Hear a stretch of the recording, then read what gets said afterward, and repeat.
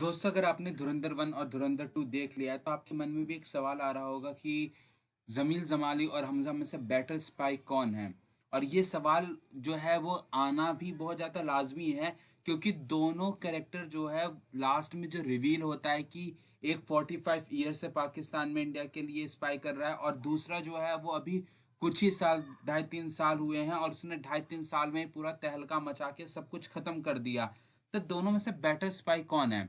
तो अगर दोस्तों अगर हम बात करें तो बहुत सारे ऐसे आपको वाक्य आपको मूवी में देखने को मिलेंगे जो कि ये सजेस्ट करते हैं कि दोनों अपनी अपनी जगह पर हैं, पर दोनों में से बेटर स्पाई कौन है। तो पहले उन नजरिए पे एक बार नजर डालते हैं और उसके बाद देखते हैं कि कौन बेटर स्पाई है। सबसे पहले अगर हम बात करते हैं जमील जमाली की, तो उसने जो है 45 साल जो है वो पाकिस्तान में बिता लिए हैं और 45 साल बिताने के बाद वो पाकिस्तान की पॉलिटिक्स की रग रग से वाकिफ है। जितने भी फैसले लिए, किसी भी बंदे को अगर हटाना है रास्ते से या उसको कुछ नुकसान पहुंचाना है या वो इंडिया के लिए खतरा उसको हटाना है, तो उसको हटाने के लिए उसने पॉलिटिकल तरीका जो है वो ज़्यादा से ज़्यादा अपनाया ताकि वो पॉलिटिक्स लगे। और उसमें वो अकेले शामिल नहीं हुआ, उसमें वो दो चार अलग अलग लोगों को लेकर शामिल हुआ जो इंडिया के लिए कभी स्पाई बनते ही नहीं या है भी नहीं।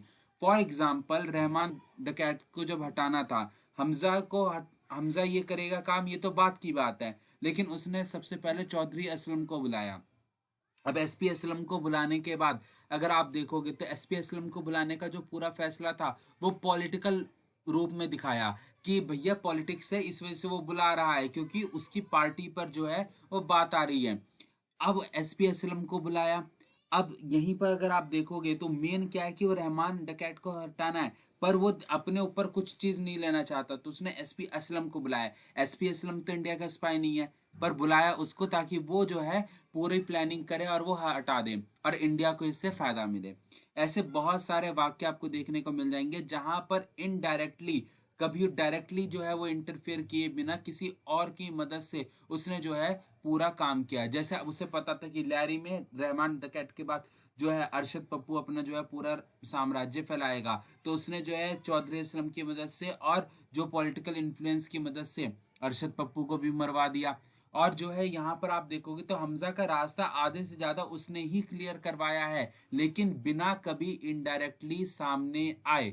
हमजा की अगर हम बात करते हैं तो हमजा जो है बेटर स्पाई और बेटर एग्जीक्यूटर है।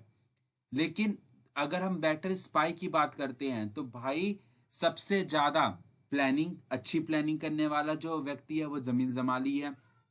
सबसे अच्छा स्पाई करने वाला व्यक्ति जमील जमाली है, क्योंकि भाई 45 ईयर बिना किसी की नजर में आए बिता देना और अपना काम करते रहना, ये बहुत बड़ी बात है।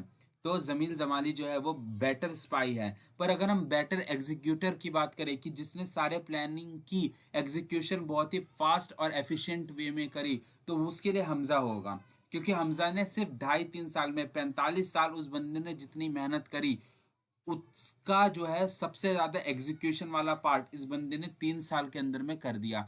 3 साल के अंदर में अरशद पप्पू का हटाना, रहमान डकैत को मारना, उसके अलावा जो है जो भी क्या मेजर इकबाल था उसको हटाना, सिर्फ एक दाऊद वाला काम पेंडिंग था। दाऊद वाला काम तो जमील जमाली पहले ही कर चुके थे। तो यानी अगर हम बात करें तो बेटर एग्जीक्यूशन जो है वो हमजा की है, पर बेटर प्लानिंग और बेटर स्पाई एक्टिविटी जो है वो जमील जमाले की है। भाई उसने 45 साल जो है वहां पर बिताए और बिना किसी की नजर में आए।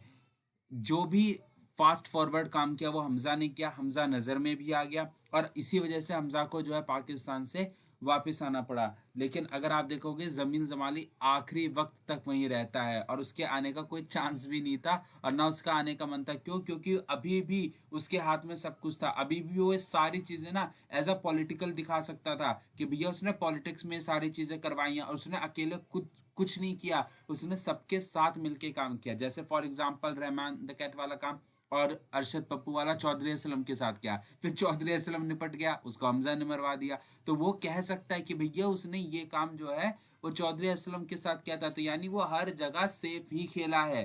तो यानी उसके पकड़े जाने के चांसेस तो एकदम ही नहीं है। वही हमजा ने इतने काम सारे फास्ट फॉरवर्ड किए कि भैया उसके पकड़े जाने के चांसेस सबसे ज्यादा थे, क्योंकि उसने बहुत तेजी से सारे काम को एग्जीक्यूट किया था, पर एग्जीक्यूट कर दिया था। उसका लक और उसका जो प्लानिंग था वो बहुत तेज था।